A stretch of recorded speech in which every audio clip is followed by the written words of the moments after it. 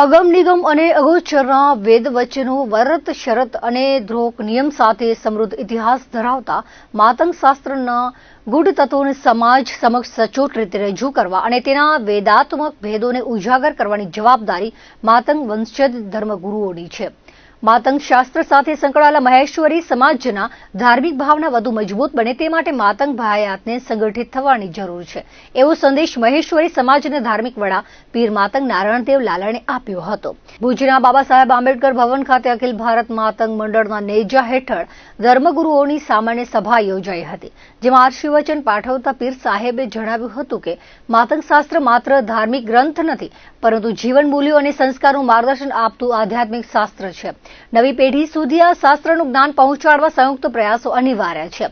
કાર્યક્રમના આરંભે પીર સાહેબ તથા 5 ઓડ માતંગ ભાયાતના વડેરાઓ દ્વારા દીપ પ્રાગટ્ય કરવામાં આવ્યું હતું. ત્યારબાદ માતંગ દેવના ધૂપ, લોરમતી, ઓમારો ઓડ અને વિનતી વિધિ સંપન્ન કરવામાં આવી હતી. આ પ્રસંગે કરમશી દાદા માતંગ, જટાશંકર દાદા માતંગ, રાણસી દાદા માતંગ તથા લચ્છુ દાદા માતંગે માતંગ શાસ્ત્ર અને માતંગ દેવના મહિમાને વ્યાપક બનાવવા માટે એકતા ભર્યા પ્રયાસો કરવાની હાકલ કરી હતી. સભા દરમિયાન પીર માતંગ ઉપરાંત માતંગ વંશજ 5 ઓડ ભાયાતના વડેરાઓનું માતંગ મંડળોના હોદ્દેદારો દ્વારા સન્માન કરવામાં આવ્યું હતું. માતંગ મંડળના ખજાનચી માતંગ ખીમજી દાદા મેઘાણીએ મંડળના વાર્ષિક હિસાબો રજૂ કર્યા હતા. ત્યારબાદ મંડળની નવી કારોબારીની રચના અંગે ચર્ચા વિચારણા કરવામાં આવી હતી, જેમાં સર્વસંમતિથી સમગ્ર નવી કારોબારીની બિનહરીફ વરણી કરવામાં આવી હતી, જેમાં પ્રમુખ પદે માતંગ પજાણ દાદા માડે, મહામંત્રી પદે માતંગ શૈલેન્દ્ર ધીરજ દાદા લાલણ, ઉપપ્રમુખ પદે માતંગ લખન દાદા, માતંગ દીપક દાદા તથા માતંગ સુનિલ બાબુ દાદાની પસંદગી કરવામાં આવી હતી, જ્યારે સંગઠન મંત્રી તરીકે માતંગ શ્યામ દાદાની વરણી કરાઈ હતી. નવનિયુક્ત પ્રમુખે માતંગ ભાયાતમાં શિક્ષણ, સંગઠન અને ધાર્મિક જાગૃતિને વધુ મજબૂત બનાવવા માટે સંકલ્પબદ્ધ કાર્ય કરવાની અપીલ કરી હતી.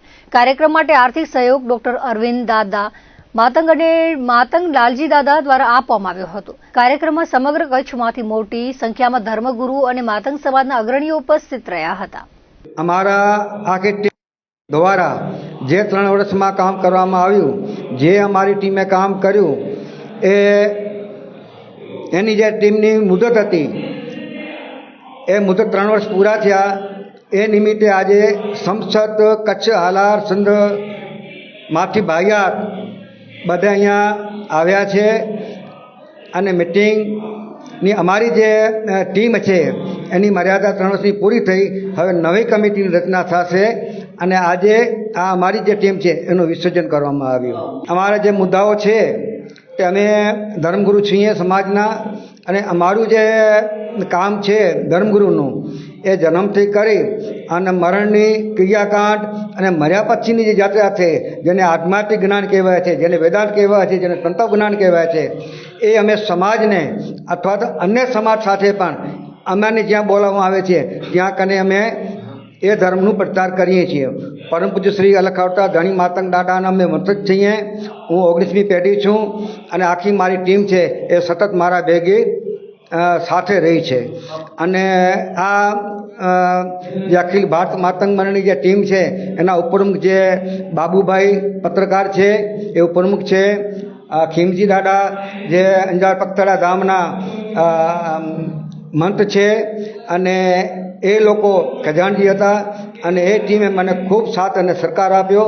તે બદલ ટીમ અને અમારી સમાજના જે ધર્મગુરુઓ છે, અમારા જે ભાઈયાત છે, માતંગ પરિવાર અને પીર સાહેબ, એ બધાના અમે ઋણી છીએ. અને અમારી જે ટીમ છે એની મર્યાદા પૂરી થઈ એટલે અમે આજે રાજીનામું આપ્યું.